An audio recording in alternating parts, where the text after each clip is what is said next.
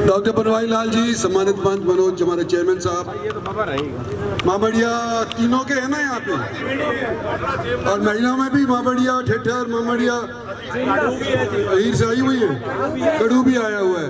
वही उठाइए कड़ू वाला हाथ, एक बंदा आया है देखो। अच्छा भैया, मैं माफी चाहता हूँ, मैं यूँ पूछ रहा हूँ कि सब जगह तो मैं जा नहीं सकता। लंबा चौड़ा एरिया हो गया, 25 लाख वोट हो गई, और 15-20 दिन के अंदर हमने सारे जगह पहुंचना होता है, तो पहुंच नहीं सकते। तो सबसे पहले तो भैया आप लोग जो आए, अपने गांव छोड़ करके आए, उनका मैं शुक्रिया अदा करना चाहता हूं, और मैं उम्मीद करता हूं कि मेरे दूध बन करके वापस अपने गांव लौटोगे। और यहाँ मामड़ की आई हुई सरदारी, आपका शुक्रिया अदा करना चाहता हूँ कि आपने बड़ा अच्छा आयोजित कार्यक्रम किया है और इतनी भारी तादाद में महिलाओं को भी बुलाया है, आपका भी मैं शुक्रिया अदा करना चाहता हूँ। साथियों, अभी मास्टर जी बोल रहे थे कि मैं घर का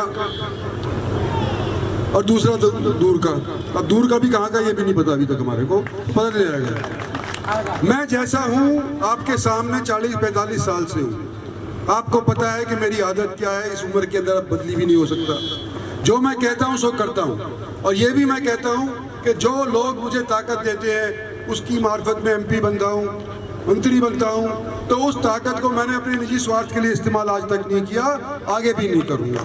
ये आप जानते हो, पुरानी आदत है, और इसलिए आज के आपके बीच के अंदर आया हूँ कि मैं अपने लिए तो मांग ही रहा हूँ, लेकिन देश के निर्माण के लिए भी वोट मांग रहा हूँ।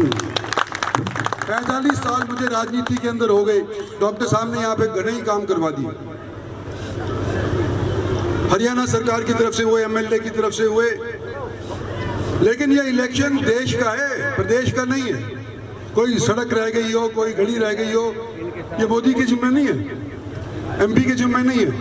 MP के जिम्मे तो ये है कि मोदी को सपोर्ट करे और आने वाले समय के अंदर जो 10 साल के अंदर काम किए हैं इंफ्रास्ट्रक्चर डेवलपमेंट के, उसके अंदर 4 चांद लगाए हमने इस 10 साल के अंदर। और 10 साल क्यों? हमने इन 10 सालों में से 3 साल तो गंवा दिए कोविड के, और कोविड के बाद हमारा देश सबसे तेज रफ्तार से उभर करके बाहर निकला है। इस समस्या से जब हम जूझ रहे थे तो बड़े बड़े मुल्क हमारे के आए थे कि जी हमारे को टीका चाहिए, हमारे लोग बीमार हो रहे, मर रहे हैं। और हमने ना केवल टीका अपने यहाँ के लोगों के लगवाया, बल्कि बाहर मुल्कों को भी भेजा, जो अमेरिका भी नहीं भेज रहा था, ब्रिटानिया भी नहीं भेजा था। हमारी विश्व में साख बनी है, और हमारी देश की GDP 22 देश का मैं जिक्र करना चाह रहा हूँ, 6.5% बढ़ी है, 6.5%।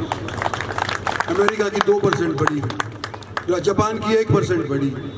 तो जब इनकी तुलना के अंदर इतनी भारी तादाद की हमने सहयोग मिलने के बाद 6.5% के ऊपर अपनी GDP बढ़ा दी है, तो क्या ये असंभव है कि हम जब 25 साल और बाद, हमारा जब 100 साल पूरा हो जाएगा आज़ादी का, तो हम अपने आप को विकसित देश कहलाने लायक हो जाएंगे?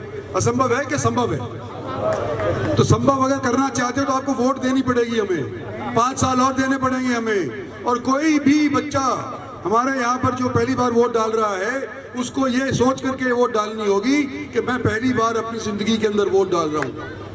हम देश के निर्माण के लिए वोट चाह रहे हैं उसकी, और जब ये मेरी उम्र का होगा, उसके बच्चे पोते होंगे, तो उस टाइम को याद रखेगा कि भाई मेरे पोते एक विकसित भारत के अंदर जन्म ले रहे हैं। और हमने उसकी शुरुआत कब करी थी?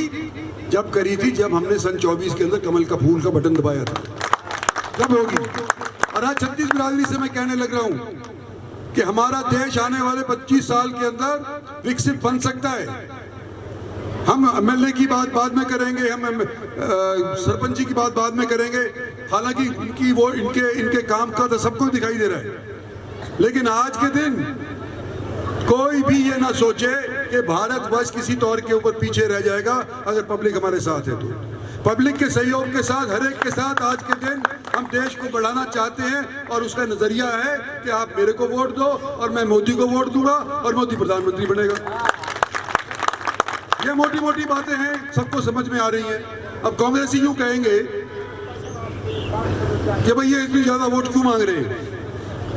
जब हम कहते हैं कि विकास करने के लिए, वो कहते हैं कि तुम कॉन्स्टिट्यूशन बदलने के लिए वोट मांग रहे हो। भाई कॉन्स्टिट्यूशन बदलने लायक तो वोट हमारे पास अभी भी थी। 303 पब्लिक ने वोट दी भारत की पार्लियामेंट के अंदर 303 MP बनाए और हमारे सहयोगी मिला तो 350 हो गए, तो मेजोरिटी क्या 2/3 मेजोरिटी हो गई थी हमारी। तो बजाना चाहते हम, तब्दील करना चाहते तो अब भी कर सकते थे, लेकिन हम संविधान के मुताबिक चलना चाहते हैं, संविधान में कोई अंतर नहीं करवाना चाहते। और सीधी सी बात, रिजर्वेशन की कोई अगर सोचता है करता है तो मैं समझाना चाहता हूँ कि संविधान में लिखा है, जो पढ़ा लिखा मास्टर जी समझाई देगा, संविधान में ये लिखा है कि आरक्षण आप कर सकते हैं, लेकिन आप जात के ऊपर नहीं, आप मजहब के ऊपर नहीं कर सकते। जात पात पे तो कर सकते हैं, जो पिछड़ा है, जैसे हमारी SC कैटेगरी, ये ट्राइबल एटम है, इनके हम कर सकते हैं और करते रहेंगे।